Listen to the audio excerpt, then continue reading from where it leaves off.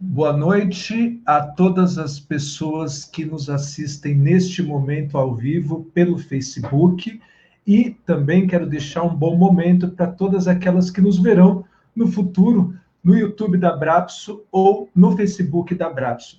Bem, estamos aqui para mais um Encontros e Prosas. Antes de apresentar as pessoas convidadas, quero apenas informar que ainda este mês teremos Encontros e Prosas, sempre às quartas-feiras, às 19 horas, e temas como debate em torno do livro que a Abrapso produziu, em torno das reflexões dos nossos companheiros do Regional Nordeste.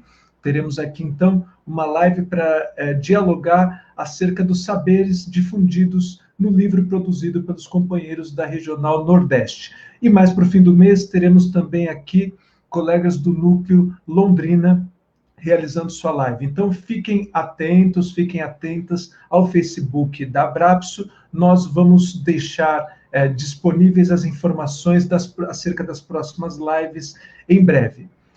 Aproveito para solicitar a todos os companheiros que estão nos assistindo que inscreva-se também no YouTube da Abrapso. Lá nós temos reunido toda a produção videográfica da associação, de todos os regionais, de todos os núcleos, e peço também para que aqueles núcleos que ainda não tiveram oportunidade de disponibilizar seus vídeos, suas palestras registradas, para que a gente reúna no YouTube da Abrapso, que converse com a gente. É muito importante ter este registro feito lá no nosso YouTube.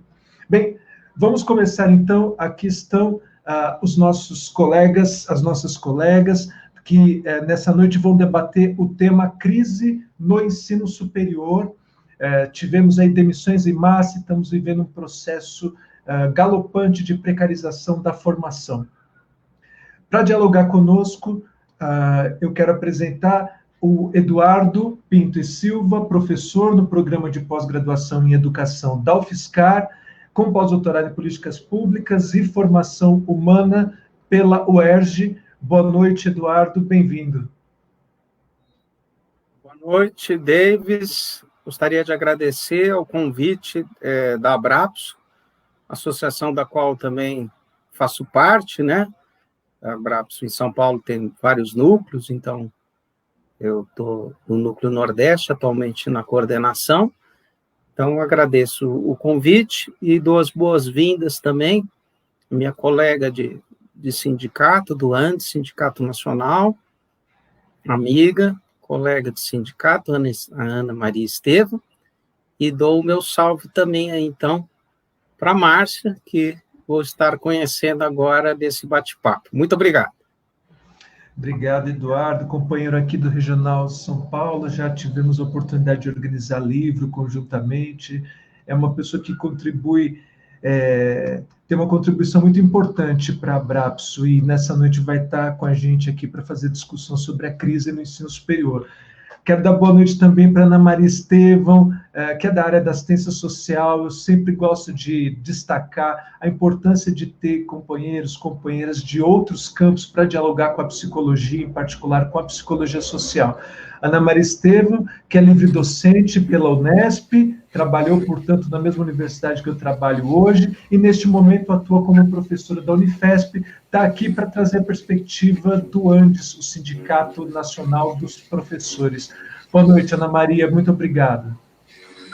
Boa noite, eu é que agradeço o convite, gostei muito de poder estar aqui com o Eduardo, com a Márcia, com você, e nós vamos, quero frisar que psicólogos e assistentes sociais trabalham muito bem juntos, e com certeza vai ser uma noite de bastante aprendizado, para mim, principalmente.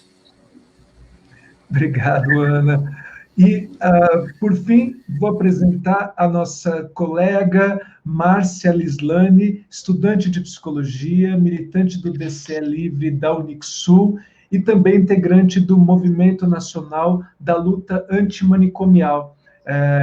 Quero deixar aqui minhas boas-vindas a você, Márcia, e agradecer já também a Adriana Macedo, que foi, A Daniele Adelino, né? A Adriane Macedo também entrou em contato comigo, mas a nossa companheira Daniele Adelino, que trouxe para a Abrapso o drama que estão vivendo os nossos colegas da Unixul e de outras universidades particulares na cidade de São Paulo, no estado de São Paulo, e nos provocou a estabelecer esse diálogo nessa noite, e de pronto dissemos a ela que não era só o caso de apoiar por meio de nota, né? Inclusive a gente tem algumas reservas em relação ao notismo, né? Mas, sem dúvida, poder avançar no diálogo a partir da provocação que ela trouxe. Então, Márcia Lislane, do DCE Livre da Unixul, eu deixo a você o meu boa noite, que seja muito bem-vinda à Abrapso, e já quero que você inicie também as suas considerações e já tome a palavra, o espaço é seu.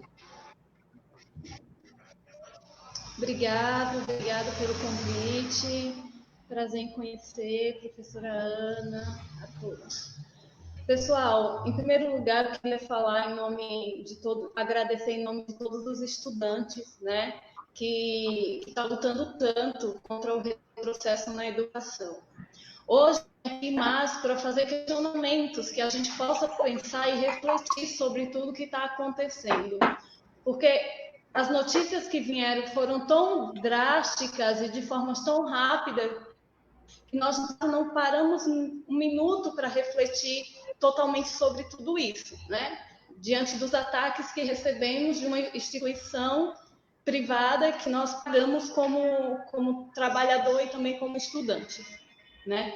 É um momento que não só afeta a educação privada, mas sim a educação pública como um todo, né? Essa luta que nós estamos travando, ela é fundamental, de fato, para uma educação como um todo, né? Todos nós estamos passando por um desmonte, por um retrocesso, né?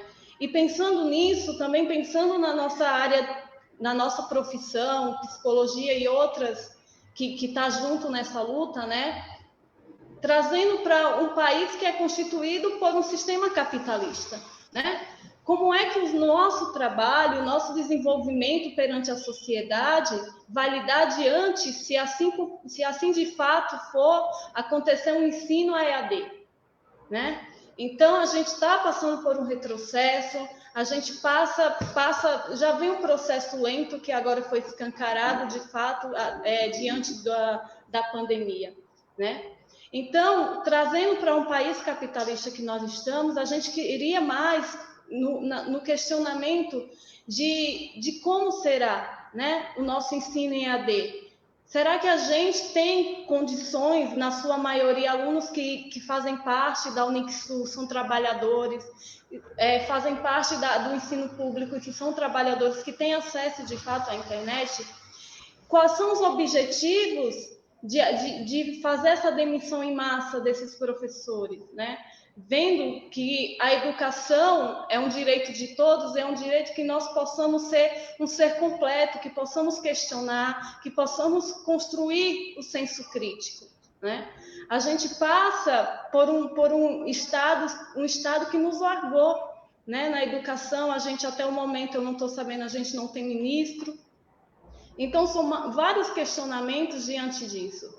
E trazendo para o curso de psicologia, né, de onde eu curso e também sou trabalhadora do sistema de saúde mental, né, eu fico me pensando, imaginando eu concluindo um curso em EAD. Né? Como é a minha relação com o outro diante do momento que eu vou para a sociedade e eu vou atuar na sociedade? Então, são várias questões que ultrapassam, né, apenas a demissão em massa dos professores, né? E é isso, de primeiro momento, e finalizo minha fala. Obrigada.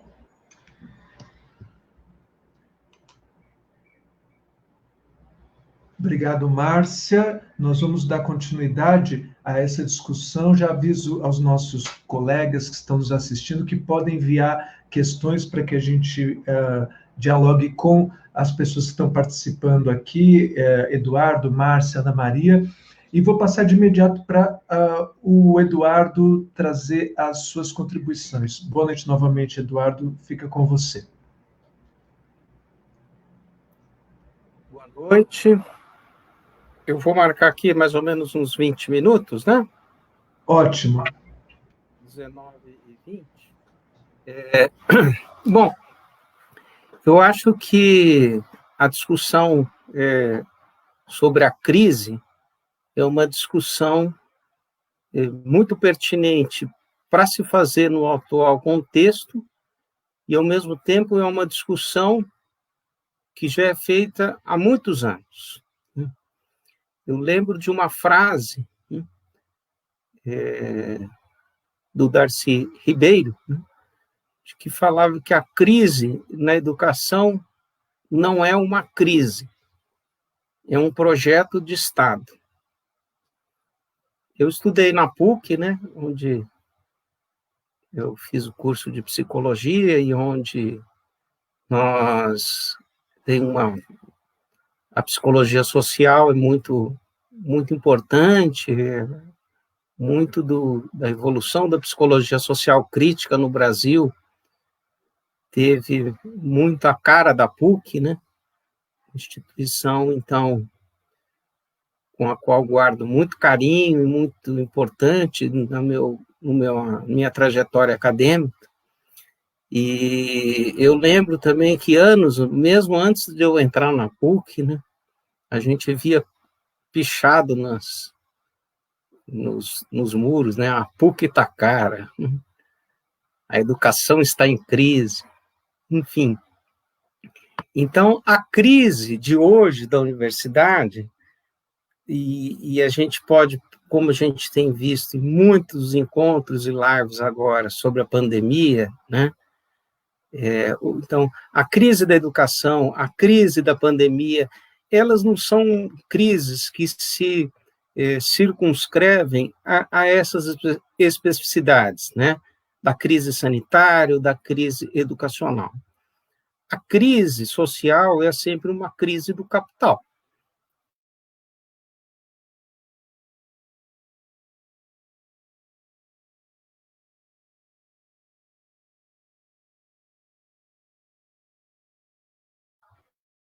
Vindo, deu uma congelada na imagem.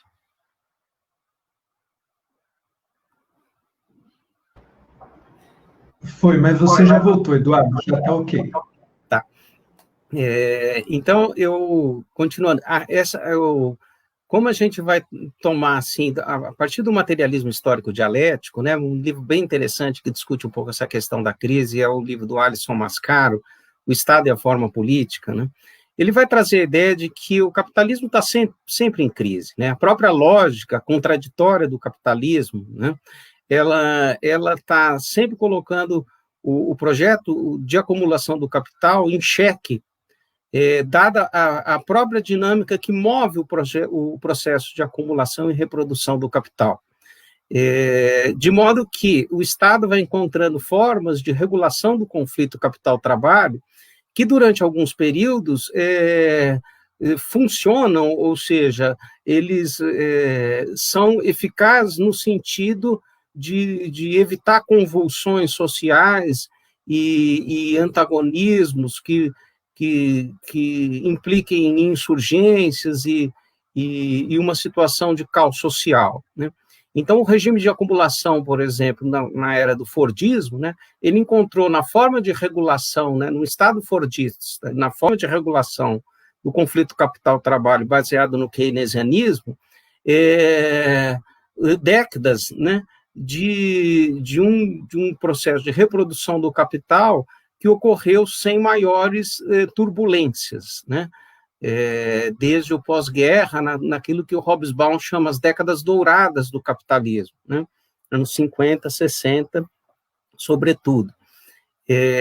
Bom, a partir dos anos 70, já no contexto dos governos de Ronald Reagan nos Estados Unidos e Margaret Thatcher, né, se coloca, então, a crise política, né, do estado do bem-estar social, que vem acompanhada, ou que é movida, sobretudo, né, por uma crise da lucratividade do capital, que vai engendrando um processo de reestruturação produtiva, que vai exigir, né, uma reconfiguração do Estado, uma reforma do Estado. isso depois que vai se processar em outros países europeus, né, já na década de 80, e vai começar no Brasil já mais tardiamente, né, nos anos 90, com o Collor. Depois isso é sistematizado no governo Fernando Henrique, a reforma do Estado, e há uma continuidade, né, da implantação dos princípios da reforma do Estado, do gerencialismo, e pelo governo Lula, e isso vai, então, se expressar nas universidades, né? Então, as universidades vão começar a apresentar toda uma anatomia, todo um modus operandi, um modo de gestão e avaliação dos seus programas de pós, dos alunos, dos professores, enfim, muito afeito à lógica dos índices, dos resultados, das metas, da ideia da busca da eficiência, da eficácia, enfim, né? Toda uma panóplia de instrumentos, né, de medições que vão estabelecendo rankings, comparações, e que vão condicionando, então, o próprio funcionamento das universidades em função do alcance dessas metas. Essa lógica, então, da empresa privada, da gestão da empresa privada, ela vai invadindo o setor educacional, né? O tecnicismo, né, que na década de 70, com a reforma da Universidade de 68, já se colocava, né, por mediação da ditadura, do governo da ditadura civil-militar no Brasil, ele é retomado em novas bases, né, que são as bases do neoliberalismo. O neoliberalismo é uma espécie de nova ração do mundo, né, como apresenta Dardot e Laval no seu ensaio, né, A Nova Razão do Mundo, ensaio sobre a sociedade neoliberal.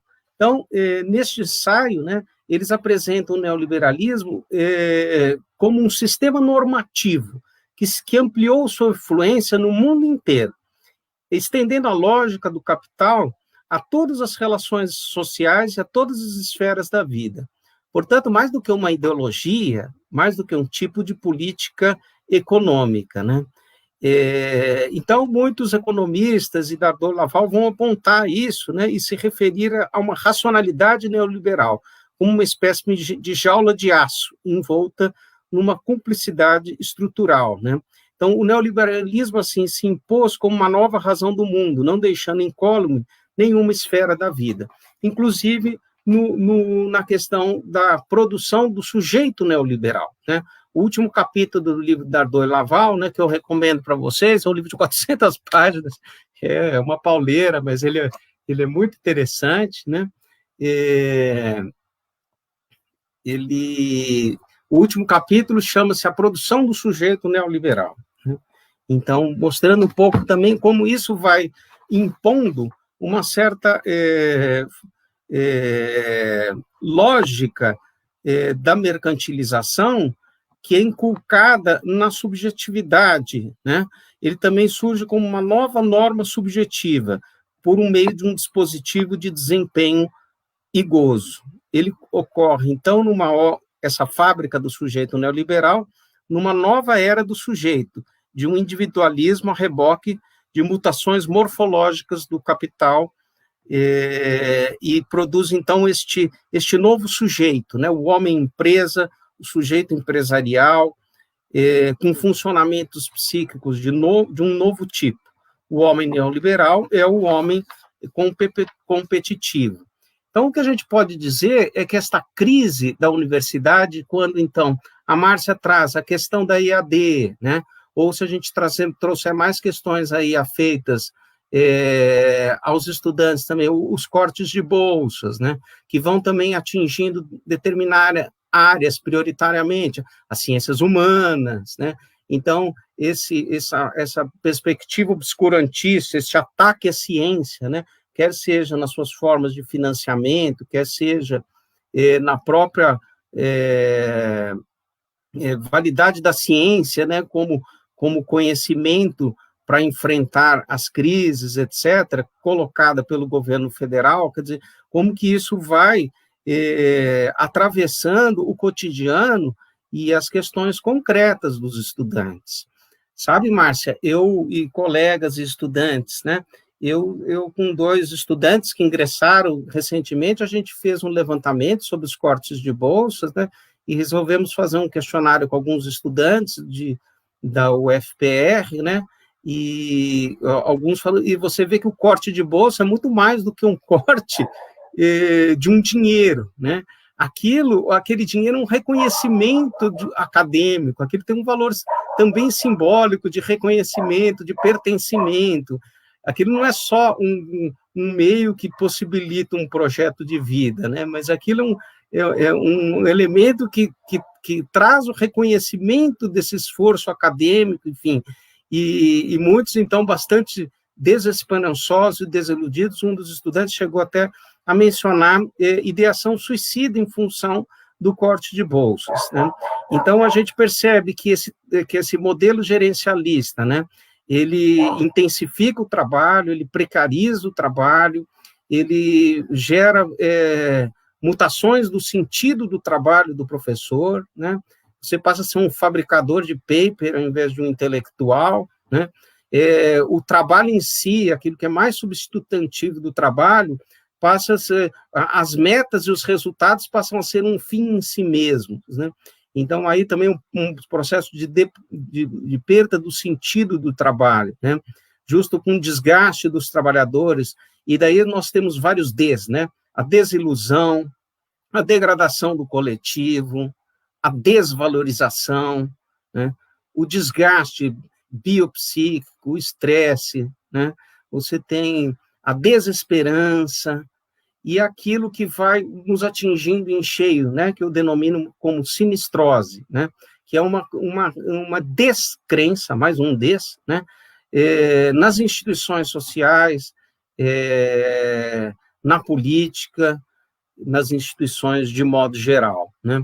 Então, a nova universidade é uma universidade muito voltada, né, a uma simbiose da empresa e dos interesses produtivos, uma simbiose empresa-setor privado, universidade, em torno da ciência e tecnologia, uma ciência e tecnologia que é voltada para a redução da crise estrutural do capital, como eu começava a falar inicialmente, né?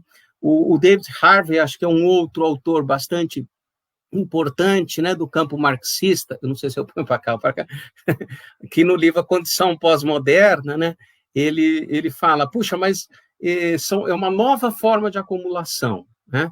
Ele chama acumulação flexível. São novas tecnologias, novas formas de contrato de trabalho, enfim, uma série de elementos que são referidos com o termo novo, né? Mas ele, logo na segunda página da apresentação, ele fala assim, mas se a gente for comparar com as dimensões estruturais, mas essas mudanças, quando confrontadas com as regras básicas da acumulação capitalista, mostram-se mais como transformações da aparência superficial do que como sinais de surgimento de alguma sociedade pós-capitalista ou mesmo pós-industrial inteiramente nova.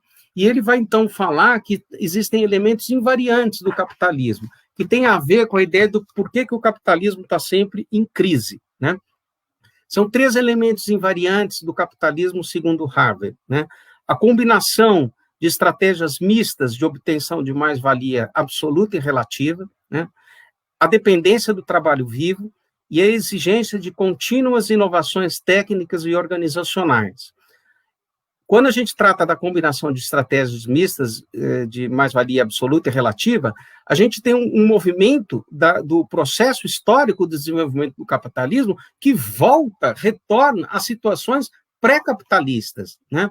Quer dizer, com o capitalismo desenvolvido, as estratégias de obtenção de mais-valia absoluta foram, em grande medida, substituídas pelas estratégias de obtenção de mais-valia relativa, né?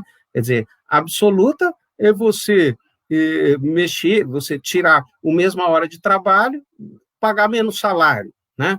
Ou você exigir mais horas de trabalho e pagar o mesmo salário. Então, você mexe em valores absolutos, né? A mais-valia relativa é um ganho, é uma obtenção maior da taxa de mais-valia, mas pelo incremento tecnológico, por exemplo, pela automação, né?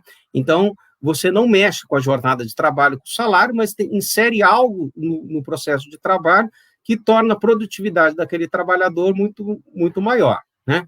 Então, a partir da inserção desse elemento, o trabalhador aquele trabalho que numa jornada me fornecia enquanto patrão uma apropriação do trabalho excedente, que é a mais-valia X, passa a ser X mais Y, né? A dependência do trabalho vivo é uma contradição do capitalismo, porque o que gera valor é o trabalho vivo, é o trabalho real. E cada vez mais o capitalismo ele exige contínuas inovações técnicas e organizacionais.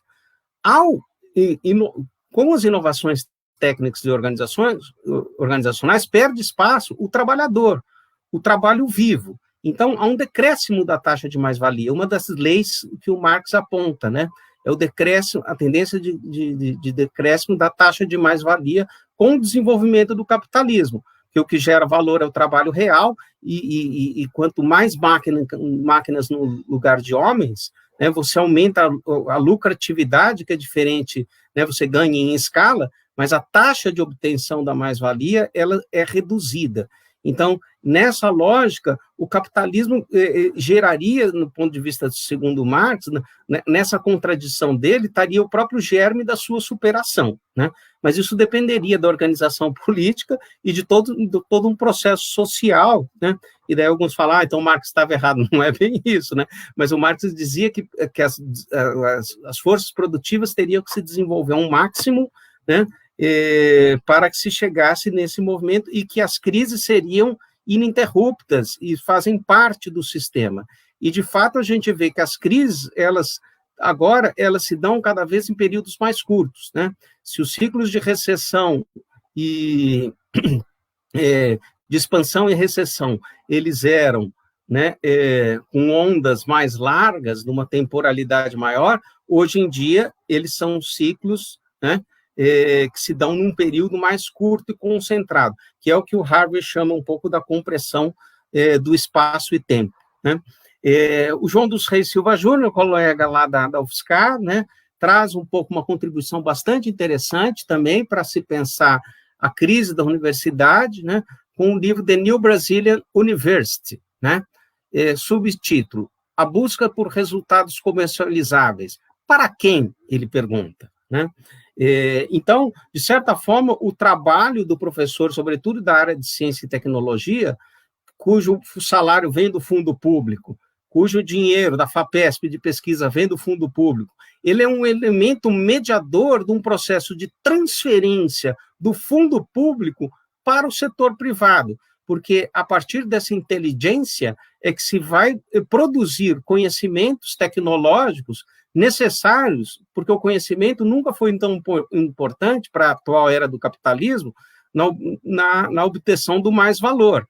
Então, esses conhecimentos, eles são comercializados e transferidos para o setor privado a partir de todo um capital intangível, que é de toda a trajetória de um trabalhador, né, de um professor que recebe da universidade pública, tem sua pesquisa financiada pela universidade pública. Então, sem você privatizar a universidade, você cria um mecanismo de transferência do fundo público para o setor privado, né?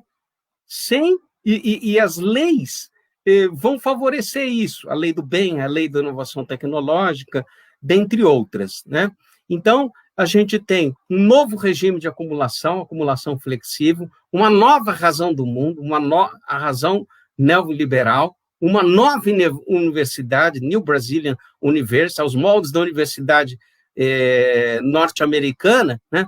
E isso vai engendrando também uma nova servidão voluntária, né? Novas formas de servidão, de cooptação dos sujeitos a servir a esta engrenagem. E isso vai gerando, ao mesmo tempo, novas patologias, né? patologias do excesso e da solidão. Então, a gente vê isso nos estudantes, a gente vê isso nos professores, né? E o quanto que também essa perda de sentido, além da intensificação e precarização do trabalho, pode ser compreendida como uns elementos também que fomentam, né, a ideação suicida, a depressão, etc. Durkheim, um estudioso, né, clássico, ele mostrava que o suicídio mantém taxas estáveis ao longo da história, e quando essas taxas sofrem acréscimos, elas são derivadas de crises sociais, né? Então, hoje a gente vive uma nova crise que não é nova, mas ela é nova no sentido de que ela é global, né? E isso vai engendrando, então, uma série de problemas relacionados à sustentabilidade das instituições, né? Uma certa reconfiguração dessas instituições, que é uma espécie de desconfiguração, por exemplo, da função social da universidade, e muitas das questões, então, eu concluo, relacionados ao adoecimento, né, a gente pode estar relacionando a 5 pontos, segundo Dardot e Laval. O sofrimento no trabalho e a autonomia contrariada, a corrosão da personalidade, que tem a ver um pouco com essa ideia da cooptação do sujeito, né, para aderir à lógica do produtivismo acadêmico, aderir ao tecnicismo, não salve-se quem puder, né, uma desmoralização, uma depressão generalizada e uma perversão comum, né, uma competitividade, uma banalização com o sofrimento alheio, que passa a ser algo vivenciado e não mais estranhado.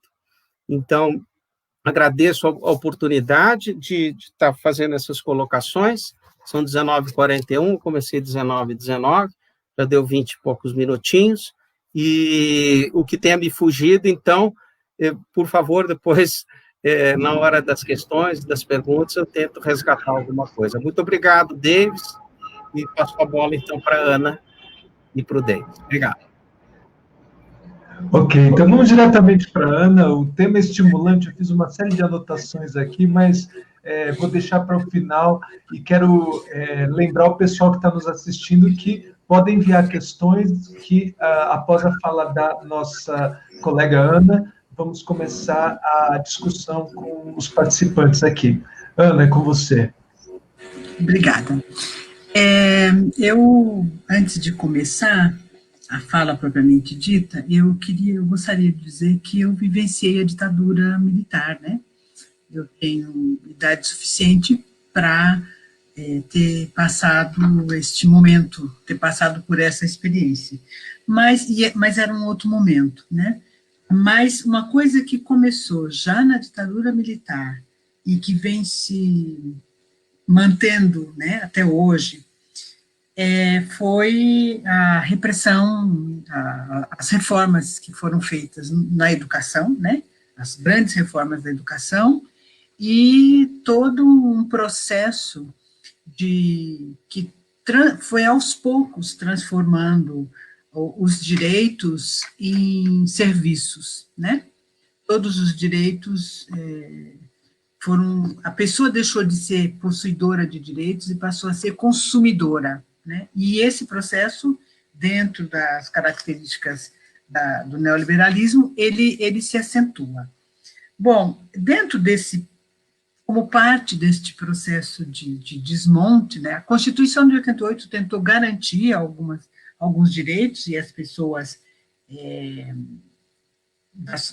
os políticos e os grandes empresários, etc., se sentiram profundamente incomodados com as propostas de políticas sociais derivadas da Constituição de 88, e aos poucos, né, e principalmente isso se acentua, a destruição desses direitos vai se acentuando a partir principalmente, né, já vinha acontecendo esse processo todo que o Eduardo falou de privatização dos direitos sociais e da vida, né, a nossa vida privada vai se tornando cada vez mais alienada e mais doente, a gente tem um processo que começa, que se acentua no governo Collor, não, no governo Bolsonaro, que é um ataque aberto, frontal, à educação. Não é só ao ensino superior, ou ao ensino, é à educação, que começa tanto do ponto de vista ideológico, quanto do ponto de vista econômico. Do ponto de vista econômico, o Eduardo já falou bastante, né? Esse processo de privatização do ensino universitário começa já em 1970, né, quando surgem as primeiras grandes universidades privadas, pagas, e isso se reduz um pouco quando tem a expansão do ensino superior, mas não se resolve, né? Então, a gente vive um momento de um desmonte de todos os direitos sociais, mínimos, aqueles mínimos que nós adquirimos na Constituição de 88, e mais um retrocesso, quer dizer, o retrocesso que eu estou falando inclusive, com a desmoralização daquelas grandes figuras que lutaram e que tentaram colocar a educação como um dado importante e universal para o conjunto da sociedade, né, para todos os brasileiros.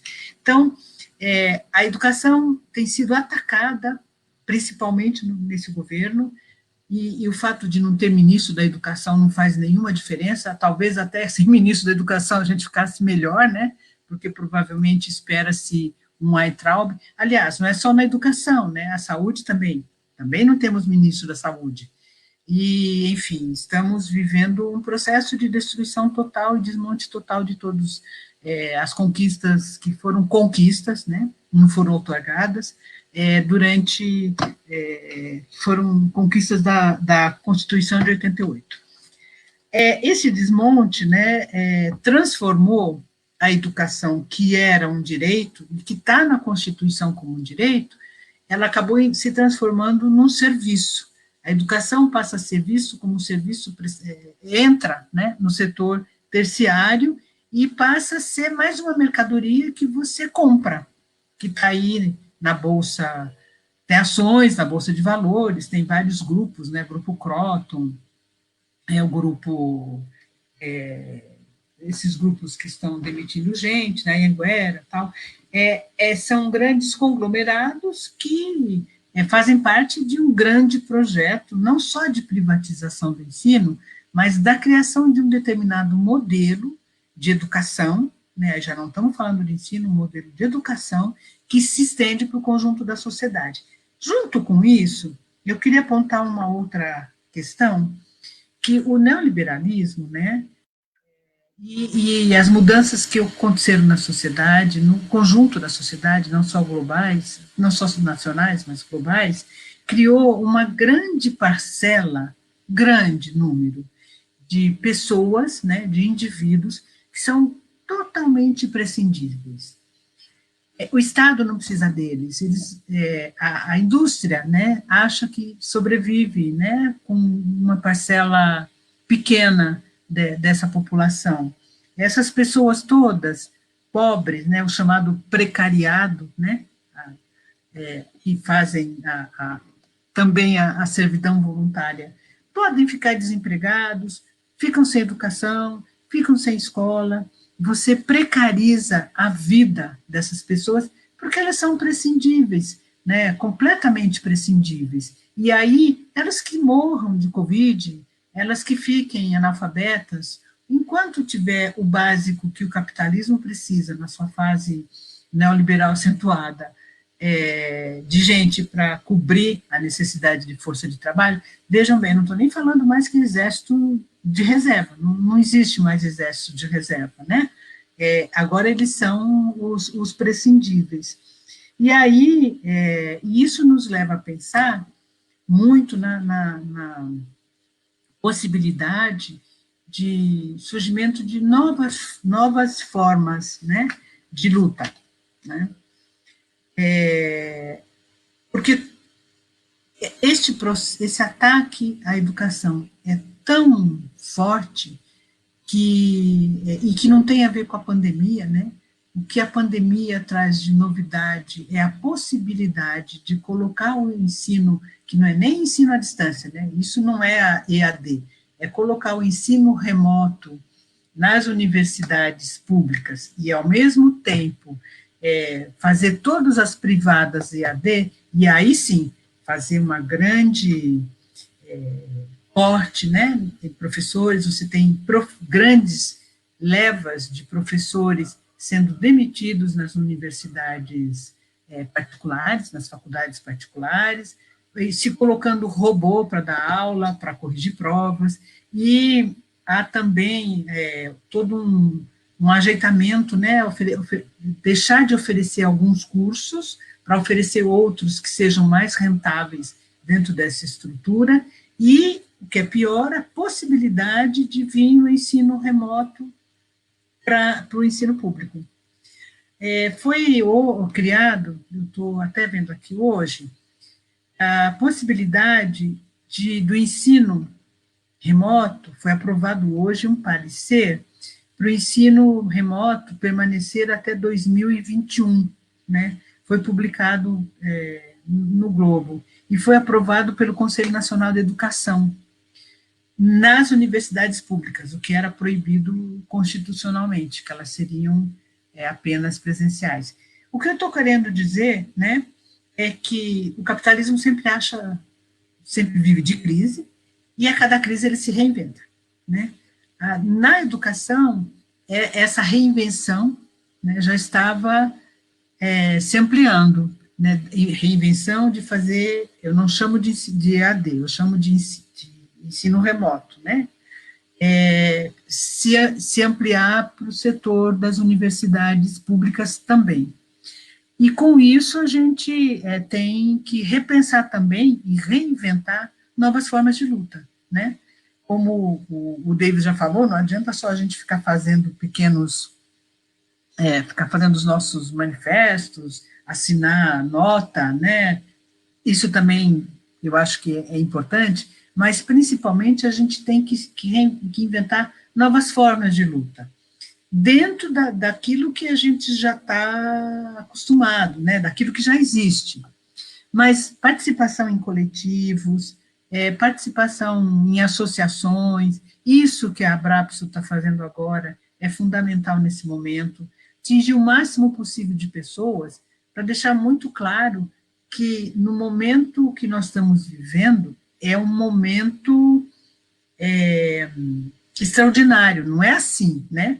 Mas que também não vamos voltar à normalidade de antes, e que é o momento da gente pensar quais são as novas formas de luta, não só as formas de luta por internet, né, online, como a gente tem feito e aproveitado bastante, e vejam, até essas formas de luta, as pessoas os bolsominions, né, estão invadindo e estão tentando destruir, né? Temos informe de várias lives e aulas abertas que tiveram que ser suspensas por ataques, né, a grupos pró-Bolsonaro. Então, além de uma outra questão que nos torna muito mais mobilizados, né, que é verificar o quanto como a banalidade do mal, né, a mentira, o descrédito, a desqualificação, né, da educação, a desqualificação dos profissionais, não só da educação, dos profissionais da saúde, quanto se usa, né, basta o ataque que fizeram ao Paulo Freire, agora estão tentando fazer também ao Anísio Teixeira, né, daqui a pouco entra o Darcy Ribeiro.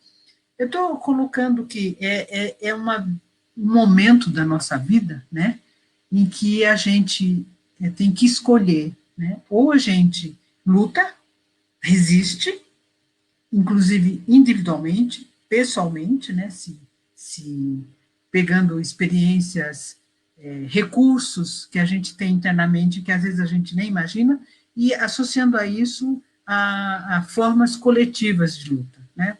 E são essas formas coletivas de lutas, associadas à nossa resistência, inclusive resistência anterior, né? Interior, de dizer não, eu resisto, eu me recuso a ficar o dia inteiro de pijama, assim como eu me recuso a ficar fora de um determinado movimento de luta, né, é o que se mostra no momento, né, e eu me recuso a aceitar essa banalidade daquilo que é mal.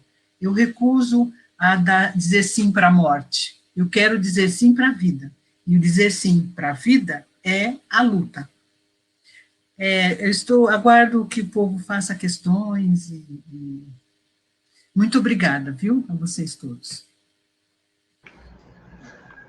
Ana, obrigado, que fim forte o seu, né? Mas a gente aqui tem sempre discutido muito isso na Abrapso, não há possibilidade de transformação se não for no âmbito, no bojo das lutas coletivas, né? Bem, nós começamos aí a live para as pessoas que chegaram durante, com uma fala, algumas provocações que a Márcia Lislani nos trouxe acerca das condições dos discentes nas universidades e da própria crise que alcança professores também, né, com demissões em massa, com precarização das atividades, com a introdução massiva da educação à distância, não para favorecer os processos educativos, mas para favorecer os processos de ganho econômico por parte das instituições. Depois, o Eduardo nos trouxe uma fala estimulante sobre os nexos entre o capital e a educação, ressaltando logo na abertura que a crise no campo educativo, na verdade, é o projeto de educação que se tem, e aí eu acrescentaria particularmente em países como o Brasil, né, de um capitalismo subalterno e que cada vez se posiciona, se coloca numa condição ainda mais acentuada de subalternidade no capitalismo contemporâneo, né? E aí fez uma fala muito interessante sobre toda a maneira como os trabalhadores no campo educativo hoje experimentam as transformações que nós temos passado, e aí eu que estou dizendo, né, como, ao mesmo tempo em que o trabalho educativo, o trabalho intelectual, ele pode ser estimulante por um lado, mas, por outro lado, no atual cenário de mercantilização da atividade na universidade em particular, a gente percebe que vai se tornando algo que nos cria dissociações, né? Ora, o trabalho ele é estimulante, ora ele gera sofrimento, porque a gente se dedica, por exemplo, a produções que sabe que ninguém vai ler pela mera necessidade de produzir por produzir, em função das exigências que temos. E aí falou sobre o adoecimento que isso traz para a classe trabalhadora e também para os estudantes, né? Sinalizando, inclusive, que a ampliação de suicídios no quadro do capitalismo se dá por conta das convulsões sociais e das crises que nós temos vivido, né? E a Ana Maria trouxe aí a transformação daquilo que é direito em mercadoria e esse processo de transformação nos lançar numa espiral de cada vez mais redução do que seria direito e transformação disso em mercadoria e banalização de tudo aquilo que seria fundamental no desenvolvimento humano, no tocante aí, especialmente no que diz respeito à educação enquanto direito, espaço de construção dos seres sociais, né, e de trocas significativas. Tudo isso transformado em mercadoria, empacotado e entregue para as pessoas, fazendo com que haja uma perda de sentido, tanto para os discentes, no acesso, no contato com esses saberes, quanto na atividade docente propriamente dita, né? Fiz uma síntese, claro que sempre a partir de uma leitura que a gente vai fazendo, quer dizer, daquilo que mobiliza, né, em cada um de nós, e, portanto, que me mobilizou nas falas de vocês acerca do que foi trazido, mas já para abrir para as questões aqui, situar as pessoas que entraram no meio da live e abrir para as questões. Quero deixar aqui o boa noite para as pessoas que estão sempre com a gente. Juliana está sempre por aqui. A Monize Serpa, lá do Sul, está sempre com a gente, trouxe questão. Temos aí o Cláudio José, a Antônia Marli também, a Débora Fonseca está sempre por aqui, da Abrapso, da Unesp também. Bom, então eu vou trazer uma primeira questão para vocês, e como a gente costuma fazer aqui nas lives da Abrapso, fiquem muito à vontade para abrir o microfone e para ir tratando do que a gente vai puxando aqui dos nossos colegas da internet. Eu vou começar por um comentário da Juliana Lopes, que vou colocar aqui embaixo para vocês. Ela diz que as falas são muito esclarecedoras, que gostou muito do que a gente discutiu, mas ela queria ouvir um pouco a opinião de vocês sobre, que aprofundassem, que falassem um pouco mais sobre a mercantilização do ensino superior e o agravamento deste processo neste momento. Esse tem sido um tema, né? As pessoas têm olhado para esse momento de pandemia e têm se dado conta que ele tem servido para a radicalização dos processos de precarização do ensino, particularmente do ensino superior. Ontem, aliás, eu estava conversando com um colega, né? Parece que está ficando evidente, assim, que, por um lado, as professoras que trabalham com as crianças, elas têm um papel, tá valorizando a atividade delas, né? Porque os pais estão ficando com as crianças em casa, estão percebendo que é difícil alfabetizar alguém, ensinar matemática para alguém que está ainda iniciando a sua vida educativa. Só que, por outro lado, aqueles professores que educam as pessoas que já são adolescentes ou tão jovens, adultos, esses se reforça a ideia de que você torna disponível algo na internet e a pessoa em casa vai acessando o saber ali, o que torna a atividade docente, na perspectiva do capital, muito... coloca a atividade docente numa posição muito frágil no campo do ensino das pessoas adultas, né? Visto que a lógica do capital bota lá disponível que as pessoas vão acessar. E aí você gravou aula uma vez na vida, acabou, né? Põe na internet e essas empresas de educação vão reproduzindo a mesma aula o tempo todo, como se o saber tivesse registrado e definitivamente tornado disponível, dispensando o professor. Enfim, estou falando muito aqui, porque esse é um tema que motiva a todos nós, mas deixo aí para vocês a questão da Juliana, projetei aqui embaixo. Fiquem à vontade para comentar. Márcia, Ana, Eduardo. Posso falar? Sim, Ana. Não, então, David, com relação à questão da Juliana, né, e as suas colocações, a gente não pode esquecer que uma coisa que a pandemia deixou muito clara, escancarou, foi a questão da desigualdade nesse país. Desigualdade em todos os sentidos. E o grande número de estudantes em todos os níveis, excluídos inclusive das aulas à distância, porque ninguém aguenta ter aula à distância no celular, né? É impossível. Então, e a desigualdade que a gente está vendo, ela ficou tão escancarada que mesmo com a possibilidade da gente fazer aula remota ou fazer EAD nas privadas, mesmo assim, as pessoas não têm condições de ter acesso. Temos, vou falar só o caso da Unifesp, 43% dos nossos alunos, né, da Unifesp, eles não têm acesso em casa à internet. Eles tinham acesso à internet quando eles podiam frequentar a universidade, que a universidade disponibilizava, né, computadores, o acesso a computador, a internet, a tudo isso. Saiu não tendo possibilidade de frequentar o espaço da universidade, e eu acredito que nas particulares talvez tenha a mesma situação, e talvez mais agravada, porque eles não ofereciam, quando era presencial, não se oferecia possibilidade de acesso à internet, nem bolsa de permanência, nem nada disso, e isso é o mais trágico, né? Eu acho isso, assim, terrível, porque nem esse ensino precarizado, assim, mínimo, né, todo feito de maneira o melhor possível, não aquilo que a gente poderia fazer sem muita qualidade, porque não dá para dar qualidade em ensino remoto. Mesmo a este ensino, muitos alunos, 43% ou mais dos nossos alunos, não vão poder estudar. Isso não tem acesso, e isso não é nem mais, não é só mercantilização do ensino.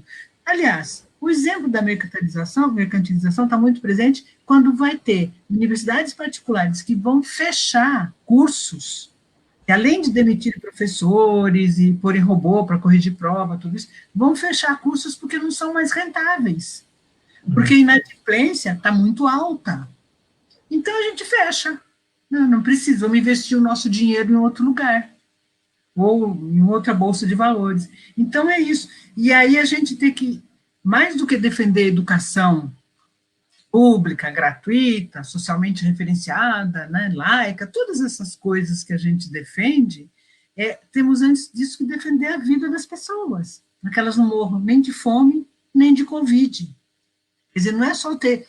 veja como esse processo amplia a nossa luta, né? Assim, eu estava pensando, enquanto as pessoas falavam, eu também, quer dizer, nós estamos na barbárie, nós chegamos à barbárie, sem ter passado pelo estado de bem-estar social, né? Então, eu acho que o ensino remoto é um sofrimento para o professor, mas é principalmente um processo, também um processo de exclusão do aluno, das públicas e do estudante, das públicas e das privadas, porque nem todo mundo não dá para ter EAD, ou ensino remoto, ou ADS, seja lá qual for o termo que a gente der, no celular, né? Meia hora, 1 hora, ficar ali no celular assistindo a aula, que é isso que a maioria do acesso à internet que os nossos alunos têm, na pandemia, é esse, né? Eu lembro quando o EAD, eu sou velho o suficiente para ter visto isso, era na televisão, ou era na rádio, tinha aula EAD nas rádios, né, e que era acessível para todo mundo tem televisão, todo mundo tem rádio, né, e aí a gente pensa num sistema de aula por computador, que é caro, que envolve você ter acesso a várias outras coisas, né, não só o computador, mas você tem que ter a rede, tem que ter a internet, você tem que ter, enfim. E uma casa onde você senta e não faz mais nada a não ser isso. Uma casa, né? A maioria das pessoas não tem nem um quarto. Estou pensando nos estudantes agora, né? É isso.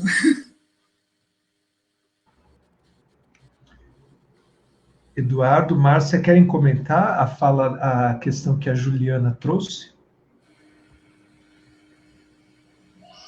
Quer falar antes, Márcia? Vai. Eu me identifiquei bastante, né, com a fala da professora Ana, porque é essa a minha realidade, né? É a realidade de não ter acesso à internet em casa, em ter que sair de casa para procurar outros espaços que me dê apoio para me ter um ensino. Esse semestre passado foi muito complicado para mim, tanto que eu mandei um e-mail para o professor pedindo desculpas, porque um trabalho eu tive que fazer no programa do celular sem as normas da ABNT. Chega a ser até vergonhoso, mas é o que eu tenho a oferecer, né? Então, eu concordo com a professora e me identifico totalmente como aluna. É exatamente isso. Finalizo.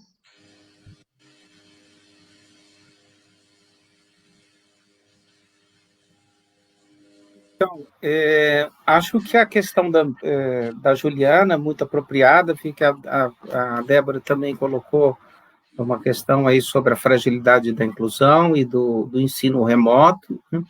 Então, e a pergunta da Juliana, ela traz, né, o agravamento da mercantilização do ensino superior, né? Então, é isso que o Davis comentava, e a Ana também, e que a condição também da Márcia como estudante vão revelando, né? Quer dizer, a precarização, ela já era algo que estava colocada, né? O que a gente vê? Um processo de intensificação da precarização. Tudo aquilo, todas as questões sociais, as desigualdades que já eram bastante problemáticas, elas tendem a agudizar o problema. E um deles é o agravamento da mercantilização. E o que é um agravamento da mercantilização? O agravamento da mercantilização é de que um processo no qual o valor mercadoria se colocasse como elemento que se sobrepõe ao valor humano, né, essa que é a questão da mercantilização, né? É a sobreposição do valor de troca sobre o valor de uso, é a sobreposição do mundo das coisas sobre o mundo da vida. Então, esse agravamento da mercantilização, ele vai ocorrendo no setor privado, a gente vai vendo como isso vai ocorrendo na medida em que esses professores demitidos em massa, né, são colocados numa condição de descartabilidade, né? Como algo que eu consumi, né? Tem o recipiente dele, né? E eu vou jogar no lixo, né? Porque agora eu já consumi o que ele tinha para me dar e esse recipiente não me serve mais, né? E eu vou jogar fora. Então, essa reificação da condição humana, ou a coisificação, tem a ver com o processo de mercantilização. Como que essa mercantilização vai chegando, que já estava chegando a conta-gotas na universidade pública, por todas as questões que eu coloquei, mas como é que ela vai chegando agora? Sim, com o discurso de que não podemos ficar parados, como se a universidade tivesse parada. Isso me deixa, né, esse discurso do ministro da Educação, né, do sinistro da Educação, esse discurso eu vejo, às vezes, na boca de colegas, né, que nós não podemos ficar parados. E eu pergunto, quem está parado na universidade pública? O fato de nós estarmos com as aulas suspensas da graduação não eliminou todos os outros trabalhos que nós fazemos, né? Inclusive, a aula na pós-graduação, por exemplo, no UFSCar, nós estamos dando. E a aula na graduação vai ter que ser dada pela forma do ensino remoto, né? Porque a gente sabe que a aula presencial não vai voltar tão cedo. Então, as reuniões, né, as pesquisas, a extensão, elas continuam sendo realizadas cotidianamente, né? Ontem eu fiz levantamento de quantas reuniões eu participei, quantas lives eu assisti. Eu fiz só 2 lives, hoje é a terceira. Uma live era com o cavaquinho, que era musical, e uma outra live que eu fiz que era só adoecimento estudantil. Então, mas eu assisti várias, né? Foram 35 lives, contando as 2 que eu fiz, e 77 reuniões. Só que hoje já subiu, né? Eu tive 2 reuniões hoje, então já subiu para 79, né? Mais uma live, 37. duas defesas de banca, né? 3 aulas no curso de pós-graduação, que são aulas que a gente, cada professor dá 2 ou 3 aulas, eu já dei as minhas 3. Então, esse discurso de que a gente estamos parados é um discurso falso, né? E o que é um grande perigo, né? Da gente fazer as aulas vídeo, a gente trabalhar remotamente. Isso está colocando o seguinte, está vendo? Não precisa o professor ter uma sala na universidade, está vendo? Não precisa fazer um encontro, gastar dinheiro no anfiteatro da UFSCar, pagar passagem de avião. Vamos fazer com live. Então, é até o risco, nós mesmos podemos estar contribuindo nesse processo. Eu acho que a gente tem que fazer live para discutir, mas nós mesmos, ao discutir, criar esse movimento de crítica e tal, a gente também corre o risco de estar começando a naturalizar, né, um processo que vai pavimentando a privatização, né? Então, daqui a pouco eu gravo a minha aula. Tá bom, professor, sua aula já está aqui gravadinha comigo, agora eu não preciso mais de você. Eu vou reproduzir tua aula quantas vezes eu bem entender, né? Então, o uso da EAD, a naturalização do home office, né? Ela, que como disse a Ana, é caro. É caro para quem? Para nós, trabalhadores, né? Porque para o empregador é super barato, né? O gestor da universidade pública, que teve corte de gastos, agora, diminuiu o custo de água, luz, de energia, diminuiu o RU, diminuiu um monte de custos, para ele está ótimo, a pandemia está ótimo, né? E a questão dos indígenas, das cotas e da frágil inclusão, né? Que já era uma frágil inclusão, já era um gigante dos pés de barro, porque a gente facilitou o acesso, mas a gente não deu conta de criar políticas de permanência. E a gente ainda tem aquela cultura do professor que gosta de fazer assédio moral em sala de aula, que trata com desdém e com abuso de autoridade, com desvalorização dos estudantes que fizeram a universidade estar muito mais diversa e diversificada, né?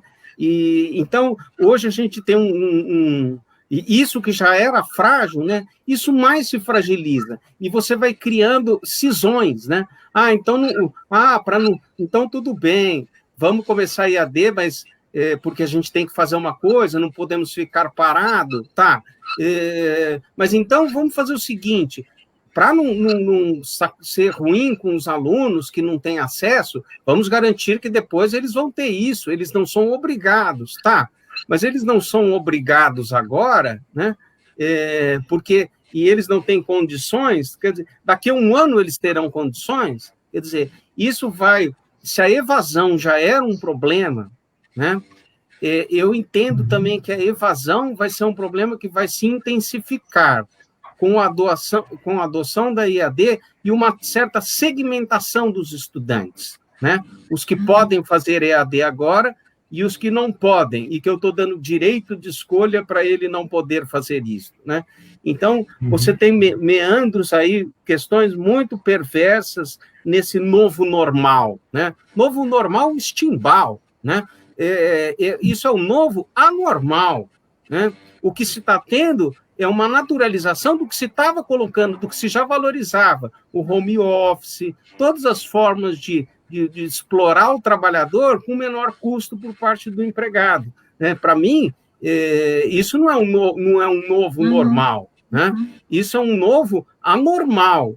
E aquilo que já está, o perverso normal que já estava se colocando, está cada vez mais se intensificando. Então, eu acho que assim, a gente tem que também pensar um pouco como a Ana terminou a fala dela. Eu acho que a gente tem obrigação, Davis, de pensar um pouco essa questão do que fazer, né? Lenin, né? E agora, José? Carlos Drummond de Andrade. O que fazer, né? Quer dizer, e o que a gente tem como resposta é a saída coletiva, né? Dardot e Laval termina a sua última frase do livro: as práticas de comunização do saber, de assistência mútua, de trabalho cooperativo, podem indicar os traços de uma outra razão do mundo. Se opõe, então, ao que ele fala no livro todo, que é a nova razão do mundo, a razão neoliberal. Não saberíamos designar melhor essa razão alternativa, senão pela razão do comum. Então, eu acho que algumas coisas... o que vai ser a situação pós-pandêmica, que a gente não tem a menor condição de saber quando, de fato, vamos nela estar, né? A gente percebeu que o SUS é a única coisa que está segurando a onda da pandemia até agora, né? A ponto do Mandetta começar a vestir coletinho do SUS, ele que trabalhou tudo para destruir o SUS, começava a utilizar o coletinho do SUS nas coletivas dele, né? Que defendeu, né, ao seu modo, teve que defender e foi ser demitido, a ciência, o distanciamento social, né? Então, eu acho que uma coisa a gente verifica, né, que a minha sobrevivência, a sua e de qualquer um de nós, depende do coletivo. A burguesia e quem tem dinheiro, mesmo nós, professores, que temos salários mais abonados da universidade pública, nosso dinheiro não compra UTI, não. A UTI, se estiver colapsada, vai colapsar para mim e para todos. O vírus é democrático? Não é bem isso. O vírus atinge a todos. E atingindo todos, ele pode colapsar o sistema de saúde, que de fato garante o atendimento, que é o sistema público, o SUS. Né? Mas o vírus não é democrático, ele se alastra de forma desigual, conforme gênero, né? Conforme classe social, conforme etnia, conforme centro ou periferia. Né? Você vê alguns lugares que o centro ou bairros mais nobres tem maior número de infecção, mas a letalidade e o maior número de mortes são das periferias. Então, não há uma democracia do vírus. Né? Então, agora eu acho que a gente tem um legado disso. A gente tem um legado de que o SUS, de alguma forma, está se fortalecendo. A gente tem um legado de que a gente sabe que a nossa sobrevivência individual não basta mais o nosso dinheiro ou nossa possibilidade individual de resolver uma coisa, algum problema. A gente depende do coletivo. Essas duas coisas estão postas. Quanto que isso vai conseguir fazer a reviravolta na luta contra o neoliberalismo, o próprio capitalismo, como a Ana falou, que tem uma capacidade de frente às crises, contornar e se reengendrar e se refortalecer, a história estará para nos contar, né? Porque, ao mesmo tempo que a gente tem esse legado positivo, a gente tem o legado que é da intensificação e da naturalização, né? A Mônica Serpa pergunta um pouco da patologia dos excessos, dos efeitos na vida acadêmica, né? Enfim, brevemente, né? Mônica não, Monize, né? Brevemente, ela diz respeito exatamente, né, a essa introjeção de uma lógica do desempenho, né? A produção de um novo sujeito neoliberal, como diz Gardner Laval, de uma ultra-subjetivação, onde ele é movido pelos preceitos do desempenho e do gozo, né? O gozo como a busca de encontrar essas metas, né? Atingir os índices, atingir os rankings, chegar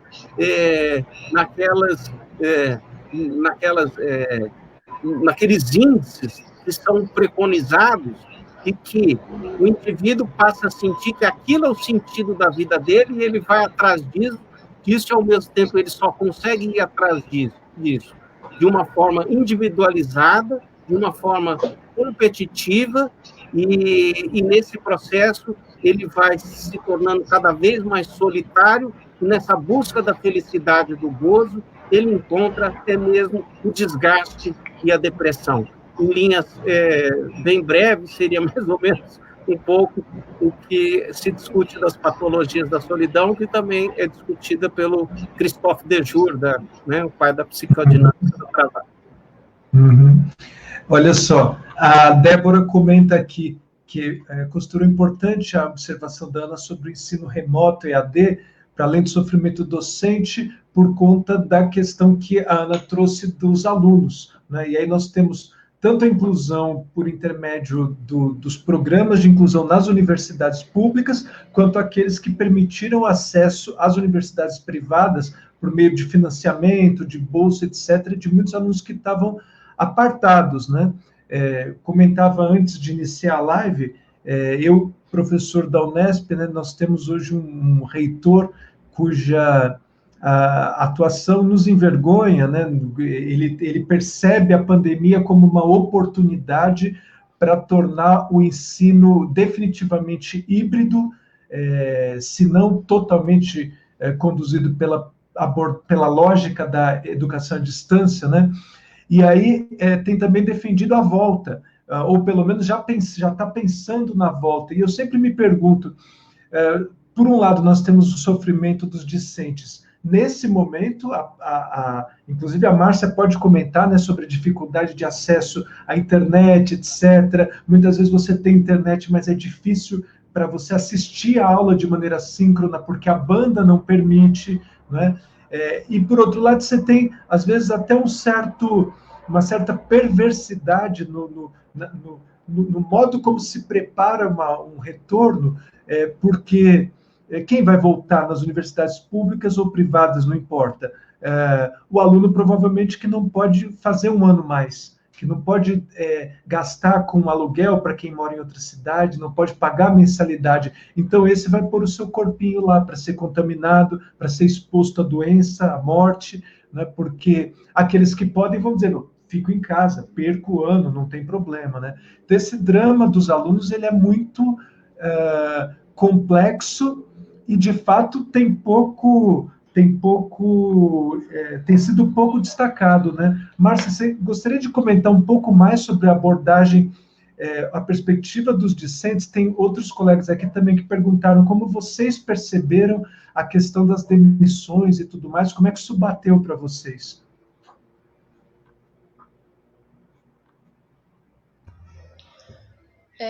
A demissão, né, dos nossos professores de uma forma tão drástica e rápida, né, chegou com bastante perplexidade, né, porque a construção de alunos e professores dentro da sala de aula foi tida como uma construção crítica, né? Os nossos professores nos abriram portas para o mundo. Por exemplo, eu, que sou totalmente da área da psicologia social, foi graças a um dos professores de psicologia social que hoje eu me engajei em vários serviços, né? Tanto no CAPES de Itapeva, quanto no CAPES que eu trabalho aqui em São Mateus, né? E aí eu fui enxergando o mundo de fato como é, né? Porque dentro da sala de aula acontecia a construção crítica de debate, de conversa, de diálogo, sabe? De problematizar as ideias, né? E eu fico me pensando como essa relação em EAD não existe, né? Para um estudante de psicologia, para um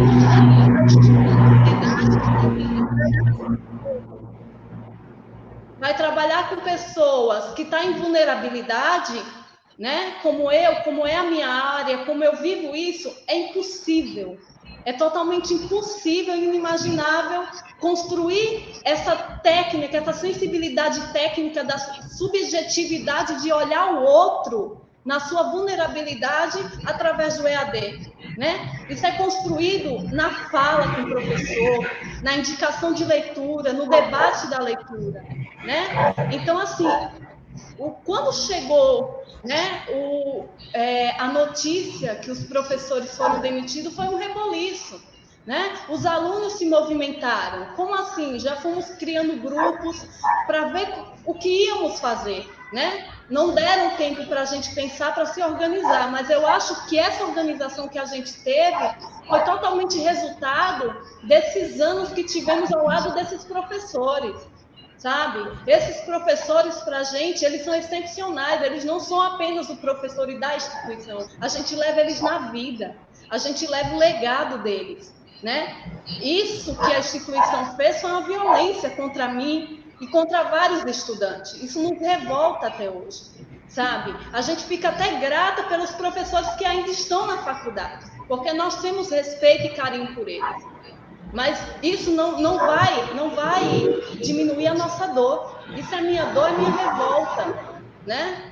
Porque é um descaso para a psicologia social, para a área social, principalmente. Porque se for ver os professores que foram demitidos, foi tudo da área social, da área do trabalho, psicologia do trabalho, sabe? E sempre voltado à periferia, né? As pessoas com vulnerabilidade. Então, é dolorido falar. Dói. Finaliza.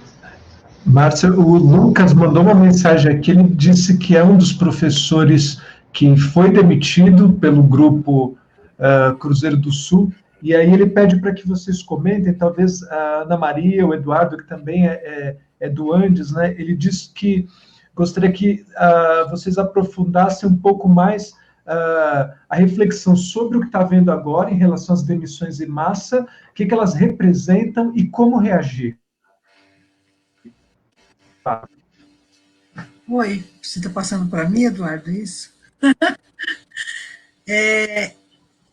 Eu sou do Andes, né? E o Eduardo também. e o Andes não tem, é o Sindicato Nacional dos Docentes do Ensino Superior Público, então são as federais, as estaduais e as municipais, sobre os quais nós temos carta sindical. Nós podemos interferir, nós podemos representar, nós podemos fazer acordo coletivo, nós podemos fazer toda a atividade sindical.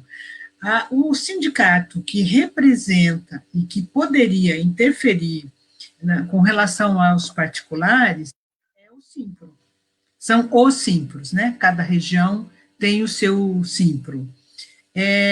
Agora, o que o Andes pode fazer? O Andes pode fazer muito barulho, né, com relação a essas demissões. A gente tem dificuldade eu tenho um amigo que é professor numa particular, não foi demitido, tá? E a gente quis chamá-lo, falei, participa para fazer a discussão toda, e aí ele disse, não, eu não posso, porque se eu participar de um debate sobre as demissões, com sindicalistas e tudo isso, eu com certeza vou entrar na lista das próximas demissões. Então, é uma dificuldade muito grande a gente organizar a luta nos movimentos, no ensino particular, principalmente nas universidades particulares. Agora, assim, além de acho que todos os professores que foram demitidos, além da denúncia, né, e a gente pode fazer isso pelo Andes, não tem problema se expor, tem que procurar o Simpro, tem que pressionar o Simpro, né, para que o Simpro tome as providências em relação a isso. Você não pode demitir professor no meio do semestre, né, como é o que está acontecendo agora. Tem uma série de mudar o contrato, né, assim, sem mais nem menos. Tem uma série de direitos trabalhistas, vocês ainda não estão naqueles contratos vagos, né, mais precarizados ainda, né, vocês têm um outro tipo de contrato de trabalho. Então, assim, tem que pressionar o Simpro, sim. E, olha, eu sinto muito, mas é bom se o Simpro não atende às necessidades dos seus sindicalizados, o Simpro tem que ser mudado, né, tem que ter sindicalizado que faça a luta sindical e ganhe diretoria, inclusive, para ver se começa a haver alguma mudança, porque ou isso, ou não vai ter quem defenda vocês. A gente, como antes, a gente pode denunciar, a gente pode mandar carta de apoio, carta de solidariedade, o antes costuma ser bem ouvido pelo mundo afora, dá até para fazer denúncia no exterior, mas a gente não pode interferir, nós não temos carta sindical para fazer qualquer coisa legalmente falando, né? Além da denúncia e do apoio e tal, nas particulares, né? E mesmo para as particulares, tem também, com relação à EAD, não pode ser 100% à distância, viu, as atividades. Tem um percentual, né, que tem que ser presencial, e depende do curso. Tem cursos que tem estágio, por exemplo, que tem toda uma legislação específica em relação... você não pode ter estágio à distância, né? Agora, eu só quero enfatizar isso para o Lucas, né? A gente sabe que, se a gente fala que o nosso é precário, a gente sabe que os professores de universidade pública, de certa forma, são privilegiados, né? Porque são concursados, porque dedicação exclusiva, porque tem uma série de coisas que deveria ser comum para todo mundo, infelizmente não é, né? Devia ter uma carreira única para professor, de qualquer professor, né? Mas infelizmente não temos. Mas além disso, o pessoal das particulares tem a dificuldade de que não tem, me parece, né, um sindicato que seja combativo, né, que faça a luta também, a luta política. E é complicado, você tem que lutar com grandes conglomerados econômicos, né, financeiros, brigar com banco, né, que tem faculdades que são donos de banco, né, que estão investindo aí. Então, não é só o desgaste, né, é também o fato de não ter gente que lute junto, né, que represente junto. Não sei se eu respondi para o Lucas, mas eu me exalto quando eu penso na situação dos professores do ensino privado, né, que é uma situação terrível, né? Além das demissões, é um assédio, é a perseguição, você não consegue que a pessoa assine uma denúncia, né? A pessoa que está empregada, o professor empregado particular, porque se ele fizer isso, ele vai para a rua, vai mesmo. A gente tem que fazer, inclusive, sem dizer quem é. Eu já fui parar na delegacia aqui, quando eu era da Regional São Paulo do Andes, várias vezes por ter escrito carta de apoio, né, ou de repúdio à demissão de professores de particular, né. Fui processada como regional do Andes, né, não como Ana Maria, né, mesmo assim, eu fui, né, e não chegou, tive que fazer depoimento para o delegado, porque eu estava sendo ameaçada de, como é que chama? Daquele processo de calúnia. Sim. De uma universidade aí, que eu não vou dizer o nome, achou que eu estava caluniando esse sujeito, porque a gente publicou uma denúncia de demissões, e eram demissões no meio do semestre, quando não podia fazer isso, né? Então, é a situação dos professores das particulares e dos alunos também. Mas eu quero falar de uma crueldade das públicas, estou falando da Unifesp. Os nossos alunos têm um percentual grande de alunos que têm bolsa de permanência. E eles só vão receber a bolsa se eles fizerem pelo menos 2 unidades curriculares à distância, remotas.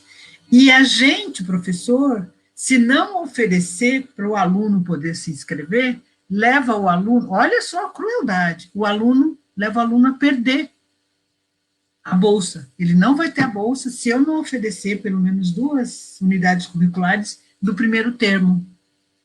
Então, assim, a gente também está numa situação em que vamos ter que aceitar para o aluno poder se inscrever para ele não perder a bolsa. É muito cruel, é muito cruel.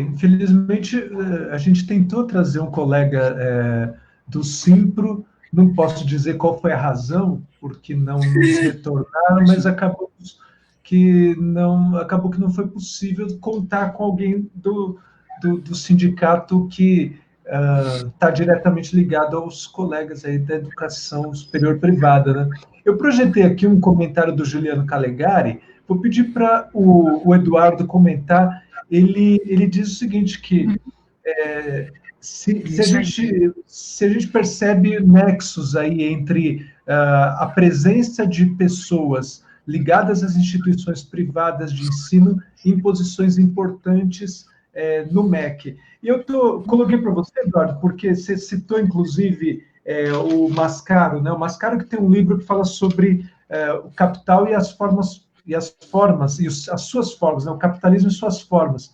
Inclusive dizendo que a forma jurídica, a forma política, todas elas são formas do capital.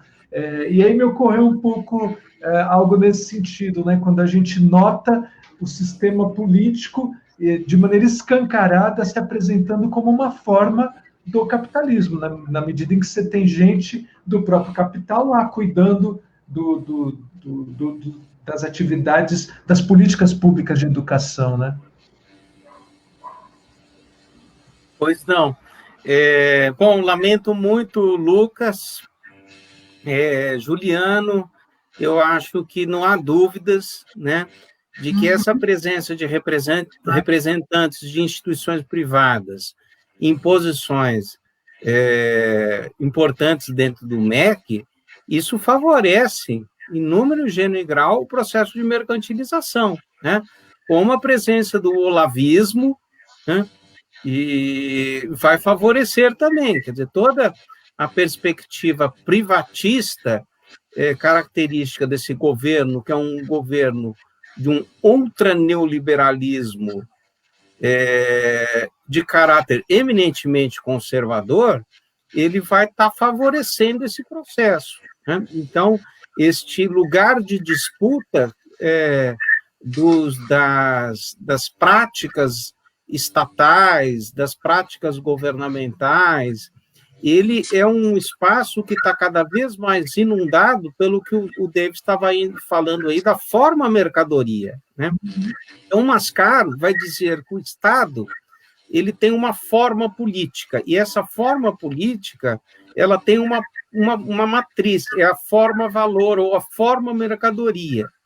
Esta forma-mercadoria ela é a matriz de todas as formas que existem na sociedade, todas as formas sociais, as formas jurídicas, as formas políticas, e ele vai diferenciar a ideia de forma das práticas, né?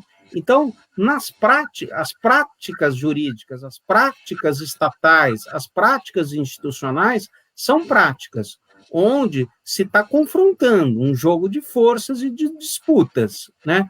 Mas esse jogo e essas de disputa e essas práticas se dão dentro de uma determinada forma, né? E essa forma, em última instância, é a forma política derivada da forma mercadoria. A forma Estado, baseada na forma política cuja a matriz é a mercadoria, é uma forma no qual o Estado é um elemento terciário na relação do capital-trabalho, justamente para ser funcional a esta relação, né? Então, o Estado é um fiador do capital. Então, este processo, evidentemente, que já é inerente ao Estado capitalista, ele mais se intensifica quando, dentro da possibilidade de atores em disputas nas práticas, você tem maior presença dos atores do campo privatista. Eu lamento muito a situação do Lucas, né, Lucas? Eu acho que o canal é você fazer o seu mestrado e doutorado e tentar ingressar numa universidade pública, né? Mas, realmente, a universidade pública hoje vive, como a Sueli Terezinha falou, né? A gente está trabalhando muito mais do que a gente estava trabalhando antes, né? Do que a gente... Tá uma coisa bem difícil, quer dizer, a universidade pública ela está querendo fazer mais com o mesmo, né? Fazendo mais com o mesmo dos professores, porque ela não pode sair demitindo professores, mas a privada ela tem essa prerrogativa, né? E ela tem um sindicato mais fragilizado, simples, né? Então, a privada quer levar as últimas consequências ao mandato neoliberal, né? Qual seja, o fazer mais com menos. Então, eles passam a fazer mais com menos mesmo, né? Vamos fazer uma aula de EAD, em vez de 2 classes de 50 alunos, vamos ter uma classe de EAD de 100 alunos, né? Ou essa aula de vídeo do professor dá para 5 turmas de 100, né? E se torna prescindível um número tão grande de professores, porque você vai concentrando, né? O que o Harvey chama compressão do espaço e do tempo na lógica da acumulação flexível. É isso mesmo. Então, e agora eu queria comentar um pouco com a Márcia, né? E com o viés dos estudantes, com a questão dos estudantes, que na UFSCar foi feito um formulário para se ver se os alunos teriam acesso à internet, né? Como é que foi feito esse formulário? Via internet. Elementar, meu caro Watson, né? Assim, quantos responderam? 47%, ou seja, 57% não responderam. E a instituição pega aquela resposta e fala, olha, mas 80% falou que tem acesso à internet. 84%, né? Com níveis de qualidade distintos, mas assim, é os 84% dos 47% que responderam. Porque 53% nem sequer respondeu. E eu diria mais, Márcia, eu acho que, mesmo que talvez existam questões ainda mais graves do que o acesso ou não acesso à internet, mas é as condições objetivas de vida e moradia, de emprego e de renda. Né? Porque, afora o acesso à internet, né, você perdeu o seu emprego, você não está conseguindo pagar a internet.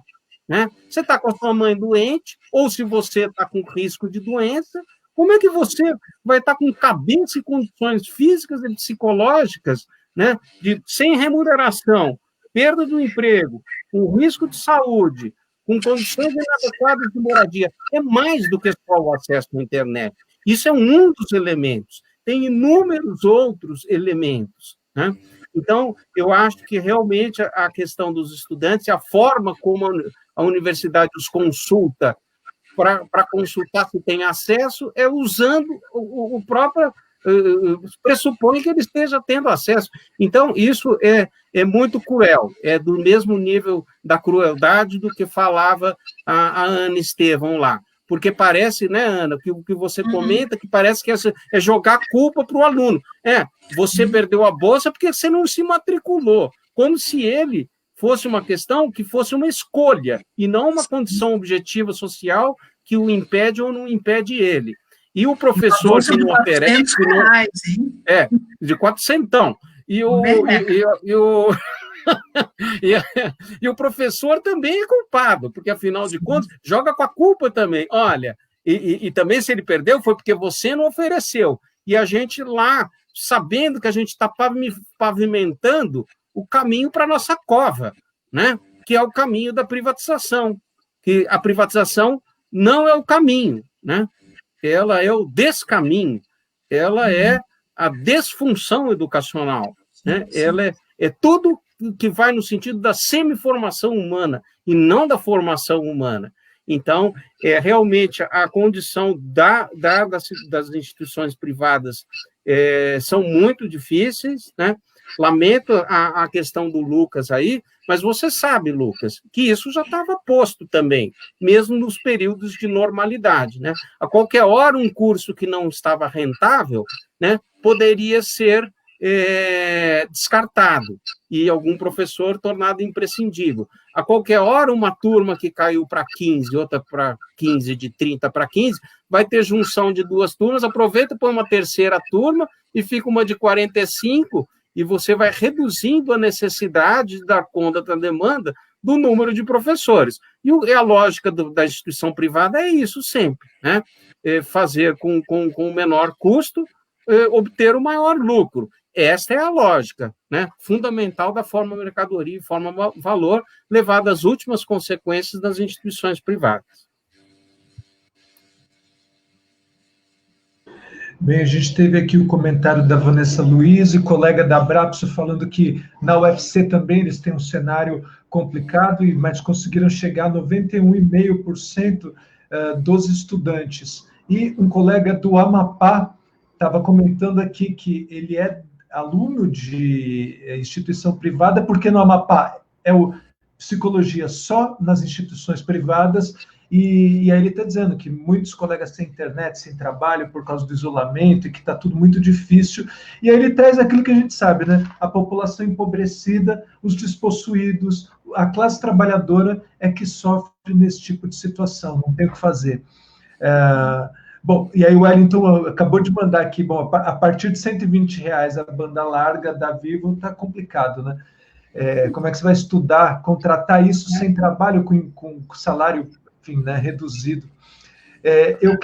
Eu vou caminhar agora para que a gente já está aqui com quase 1h40 de live, então eu vou caminhar para a gente amarrar, tecer as considerações que vocês acharem pertinentes, reforçando algo, né, que o Eduardo disse. A gente precisa perder as ilusões com o capitalismo.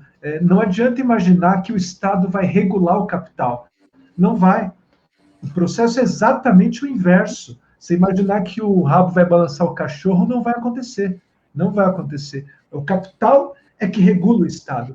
Então, ele não vai fazer a gestão dos processos em favor da classe trabalhadora, desgraçadamente, né? Então, eu quero informar as pessoas, antes de passar para vocês, que essa live fica no Facebook e ela vai para o YouTube da Abrapso.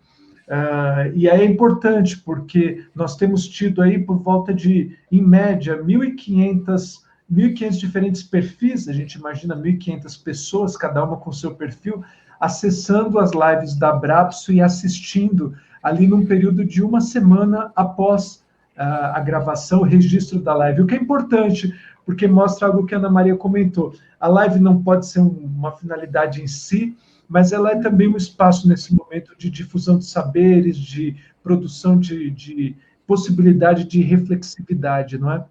Então, quem quiser assistir, quem quiser informar os colegas sobre o debate que foi feito hoje, pode avisar as pessoas que vai ficar disponível aqui no Facebook e lá no YouTube da Abrapso.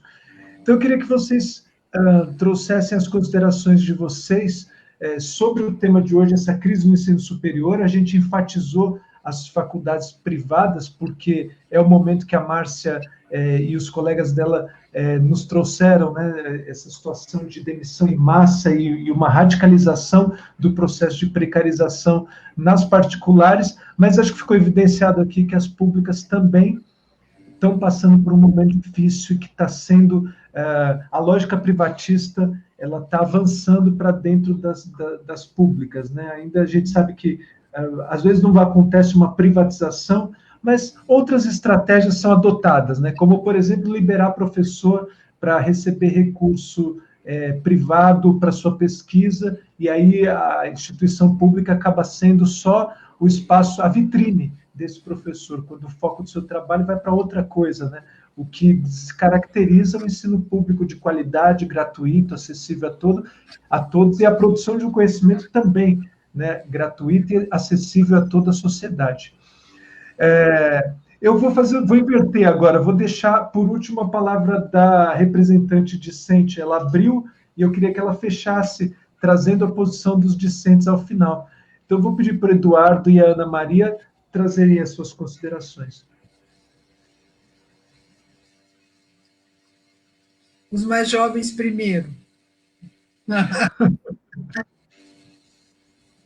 Eu já usei bastante da palavra, então eu vou ser breve. Eu agradeço a oportunidade de participar, e eu acho que a gente tem que inverter tudo, né? Quer dizer, a gente não deve, a nossa luta coletiva é para que essa erva daninha que já estava avançando sobre as nossas instituições educacionais, que a gente vá com tudo em cima dela, né, e arranque ela do solo com muito vigor, que a gente realmente possa arrancá-la do solo e chamar os estudantes para que eles nos ensinem como se planta algo que possa ser bom para o coletivo,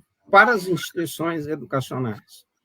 Porque eu acho que os grandes responsáveis pela educação no país, né, e que dentre eles estamos nós mesmos, a nossa categoria, provou que eles estão plantando a erva daninha, e que essa erva daninha já está crescendo, e demais, né?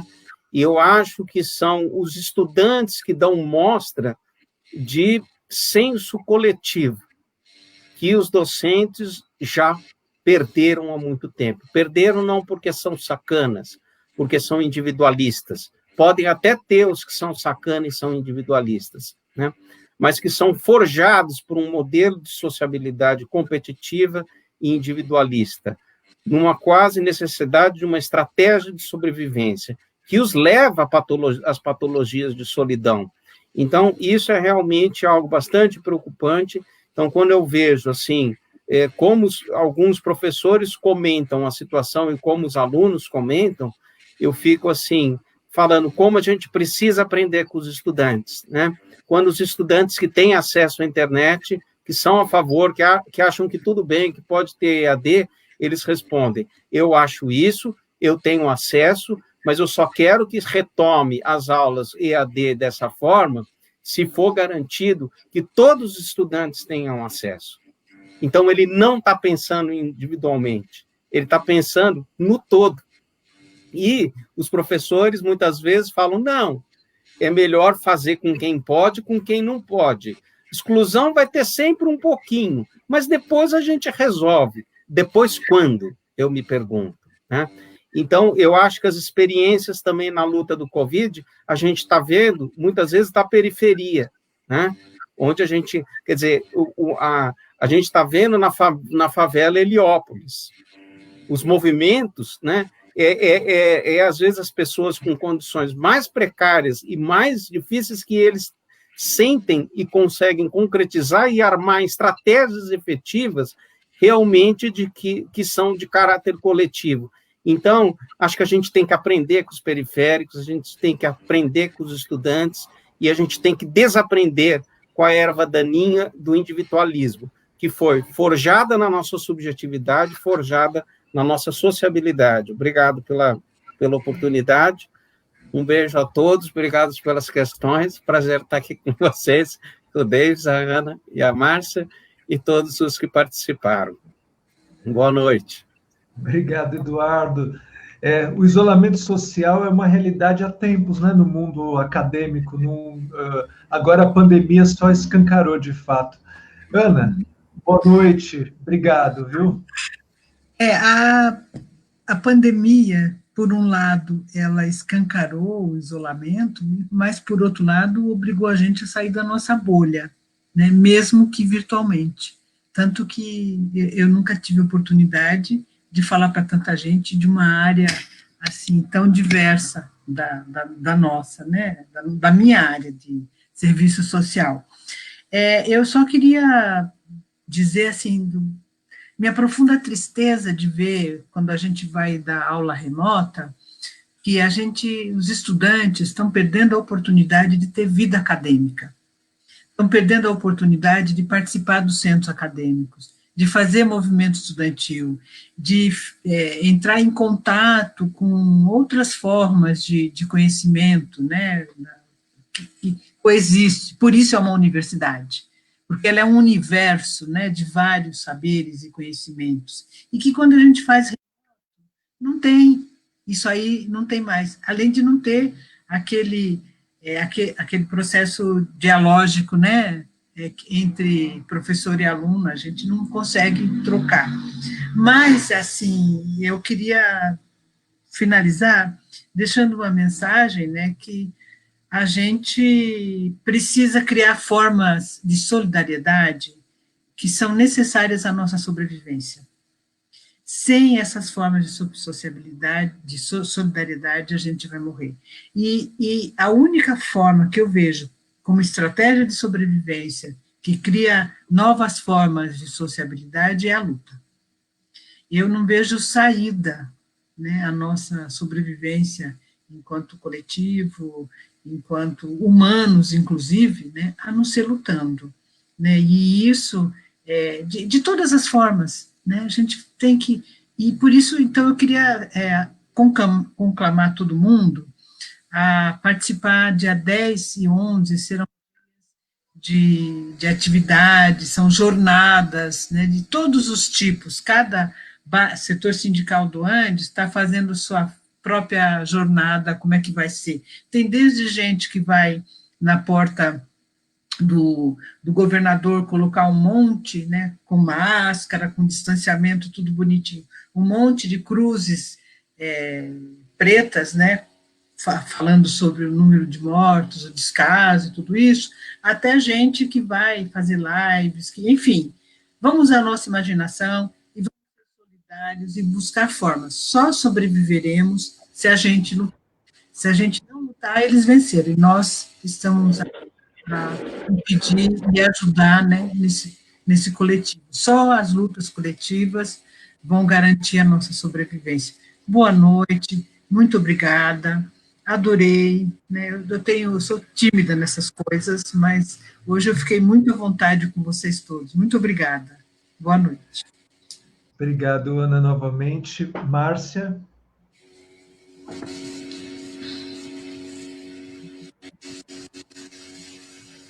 Eu queria aqui falar, né, trazer uma frase da minha conterrânea Anice da Silveira, né? Eita! É necessário se espantar, se dignar e se contagiar. Só assim é possível mudar a realidade.